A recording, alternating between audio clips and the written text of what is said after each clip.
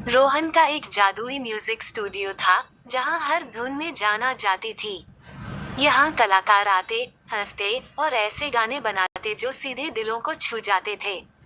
ये सिर्फ एक जगह नहीं, ये रोहन का सपना था जिसे प्रिया ने भी अपना मान लिया था। प्रिया, रोहन की सबसे अच्छी दोस्त और स्टूडियो की मैनेजर, हमेशा वहाँ मौजूद रहती थी। वह स्टूडियो को एक घर की तरह मानती थी, जहाँ हर कोने में संगीत की खुशबू बसी थी और हर धुन में उसकी मेहनत झलकती थी।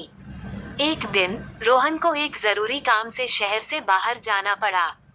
उसने प्रिया से कहा, स्टूडियो का ध्यान रखना प्रिया, मुझे पता है तुम सब संभाल लोगी, ये हमारा सपना है।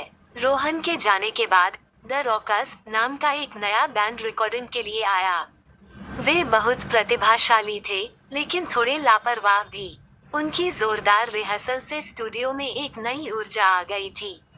एक शाम प्रिया को स्टूडियो से अजीब आवाजें सुनाई दी, जैसे कुछ गिरने की और फिर तेज बहस की। जब वो अंदर गई तो उसने देखा कि वहाँ सब कुछ बिखरा पड़ा था।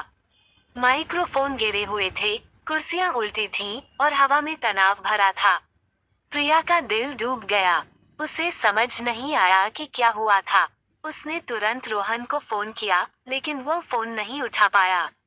उसे लगा जैसे उसका अपना सपना टूट गया हो। प्रिया ने हिम्मत जुटाई। उसे याद आया रोहन ने कहा था, ये हमारा सपना है। उसने बिखरे हुए सामान को ठीक करना शुरू किया। तभी बैंड के एक सदस्य अर्जुन ने आकर देखा।